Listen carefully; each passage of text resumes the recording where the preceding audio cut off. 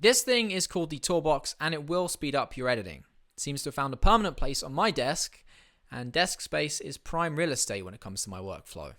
That says a lot. When TourBox reached out to send this through, I can't say I wasn't a little bit skeptical. I thought it was one of those novelty things that you might use for a little bit, and then gradually over time you just stop using before it finds its way into a drawer, and that's where it lives out the rest of its days. TourBox did not sponsor this video or pay me any money. They literally sent me through the product. I said if I like it, I'll make a video, and here we are.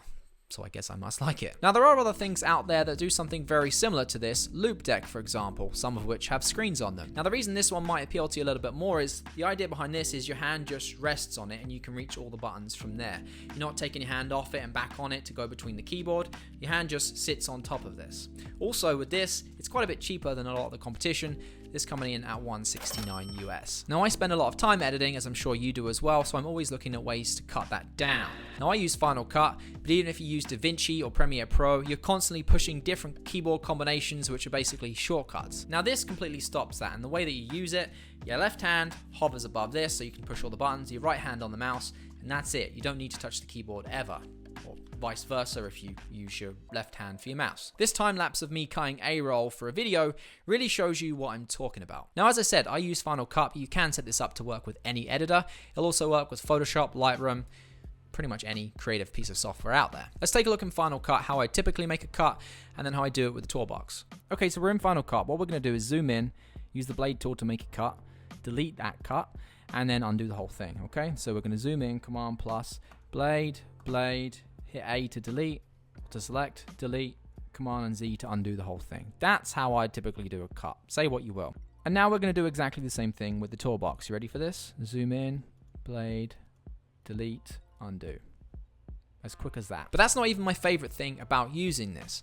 I'm constantly Command and plus, Command and minus to zoom in and out of my timeline to finesse edits. Wherever my playhead is, if I go up or down on this wheel, it zooms in and out to that point. That completely stops me from ever needing to jump to the keyboard with a hand to do Command plus or Command minus for zooming in and out. It took me a while to figure out my best setup for the TourBox. But for Final Cut Pro, I've got it set up so I don't really ever need to move my hand. Everything is under that one hand within reach of all my fingers. Here's how I have the TourBox set up. Every single time. You always seem to call when I'm filming, don't you? I am editing right now, but this package just turned up. For the shirts, just want to say thanks. Don't thank me. Cut sent them through. Yeah, so what is Cut? They make premium men's apparel designed for the sport of business. Are you just reading an ad? Nope. Okay. Seriously though, it does match us perfectly. We both needed new clothes. I got the elongated tees, which are a bit longer at the bottom, and I got you the split hem ones, which I know you like. Thank you. I'm happy with how they fit. They're really nice. I'm going to go out on a limb and say you probably have a discount for people as well, don't you? That I do. 15% off using the link below, or I'll get you to slap on the discount code in the edit. Done. Easy. Anyways, look, I've got to get back to telling people how to set up this TourBox. What's a TourBox? It doesn't matter. Sorry about that. So here's how I set up the TourBox, how I have it set up for myself. So this is how I have my TourBox set up, and you're going to see that I'm not using all the buttons. I don't need to. You can. I don't necessarily need that though. I've got everything I frequently use on here, and I'm really happy with it. All the TourBox is doing when you push one of these buttons, it's telling the computer that you're essentially pushing a button on the keyboard or a combination of buttons if you want to use a shortcut. That's all it's doing. It's very straightforward. This is essentially my space button. So when I click this, it plays. And you'll see there's no delay. It's exactly the same as if I was actually pushing the spacebar on my keyboard. So this I have assigned to my spacebar. This up here is my B, blade, so I can make a couple of cuts. Then this is my A to select, click on it. And then this is my delete. So those 4 buttons are what I'm using most frequently. So I can make a cut, select it, delete it. Make a cut, select it, delete it. If I want to zoom in, I use this button right here, or this wheel right here, okay? And it responds to the speed in which I push it. So if I go in slowly, it goes in slowly. If I go in quick, it goes in quick. And then you have control over the timeline with this wheel right here. And this is 1 frame at a time. This will always just do 1 frame at a time. No matter how fast you do it, it will do 1 frame. So if you just kind of flick it like that, it will go forward a few, or it will go backward a few, but it will stop. The knob right here, this will do the same thing, but it's going to go more on how your input. So if I flick this really fast, it's going to go fast. If I do it slowly, it's just going to go 1 frame at a time. So this gives you a bit of flexibility within the timeline. This gives you a bit more control there.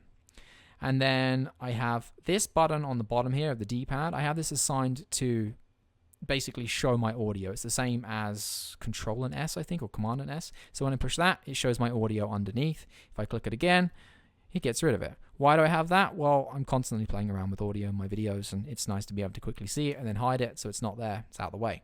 This button on the top here, I actually have assigned to disable and enable the tracks. Just a really useful thing to have when you're editing multiple layers of video at once and you need to be able to see one, not the others, and you're not using multicam for whatever reason. And then the only other button I really use is the undo button. So let's say that I wanted to delete this, but I want to undo it. I use the button on the side right here, just click that and it undoes it. It's as simple as that.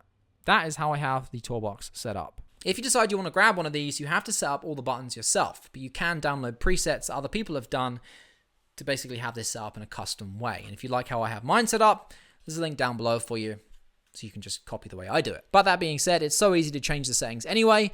Let's go in and take a look at how you do it. So to assign things to all the buttons, it's really straightforward. Just load up the TourBox console here and then click the button that you want to assign. So let's say I want to assign the side button. If you click on the side button, it will show you there. Okay, the side button's been clicked. And now you can click on here. It shows you right now Command and Z is set to the side button. If I click on it, I can assign it to whatever I want. Click on Command if you want it to be Command or Alt or Shift or whatever, a combination of those. And then just type in the letter or whatever the preset here that you want to apply to it.